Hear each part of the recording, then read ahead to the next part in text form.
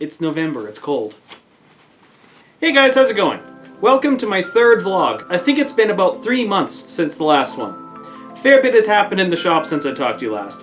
I've posted 12 or so videos to the channel, installing insulation, some shelving, upgrading my lumber rack, sharpening system, tape rack, air hose, and then a quick tip on the air hose, firewood storage shed, hammer restoration shadow box, cushioned storage box, J Bates mobile computer desk, and I've also started uploading my videos from my basement renovation.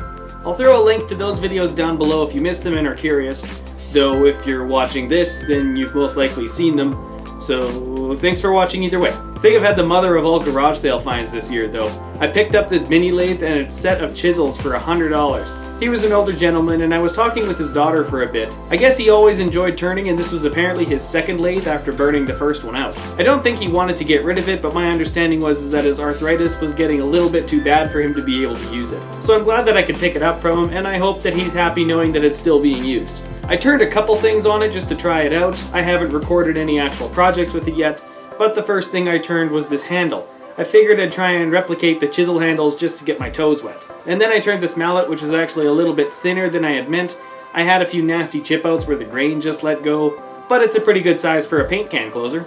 So as for projects that have come through the shop in the last few months, I had a couple commissions and then a couple other smaller projects that have been kicking around in the last little while. I installed some doors on this IKEA cabinet we installed when we moved in. I did this shelf above the bathroom door. I built myself a finished drying rack, more so I could finish that plant organizer for my wife without having to have all of the empty table space taken up. I did a $50 workbench. I did this welcome sign for a friend of mine, which was one of my commissions.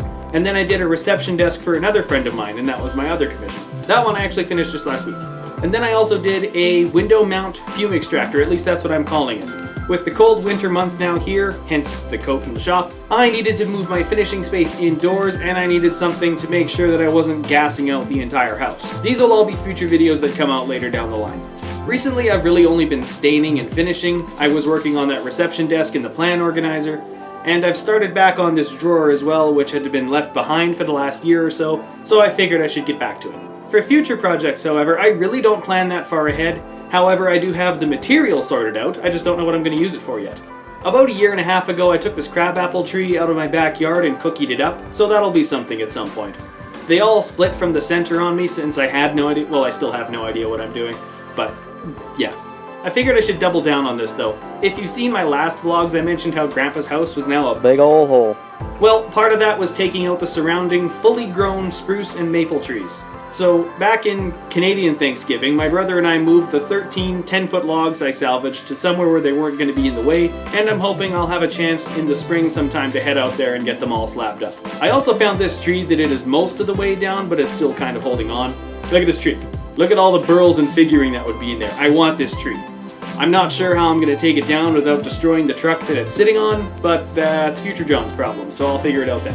I don't think that truck's been moved in the last 30 years or so it's probably not that big of a deal. Really though, I'm just not sure how I want to cut this tree up. Slabs, cookies, bowl blanks? What are your guys' thoughts? So in regards to my work life, a little bit of bad news there. The company I was with for the last 8 years went into receivership at the end of October, and about a week and a half later my position was terminated, which is understandable. Since I was the estimator and they weren't permitted to bid on new work while in receivership, they really didn't have much use for me anymore. There's no hard feelings, not so much now. I was maybe a bit bitter before that, but yeah. I'll miss all of my former co-workers, and I'm grateful for the opportunities that I had there, and I wish nothing but the best for everyone moving forward. As much as I would like to say I'm moving into full-time woodworking and content creation, that's it's really not something I can swing at the moment. By the time you're seeing this, I've already accepted and started my new position at a former rival firm. For me, while I'm recording this, I start Monday. It's Saturday night, so I start in 2 days. It's basically what I was doing at my last position, but every company has its own flow that you have to get used to, so I'm looking forward to the new challenge. So, yeah, effectively a random 2-week holiday in the middle of November, but now it's time to get back to work apparently, so. And on that note, I'm going to call it a video.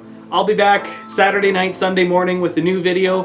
I believe it's my cutting board rebuild, so we will see you then. Thank you guys for watching, and if you like what I'm doing here, subscribe for more. We will see you in the next video, and have a good one.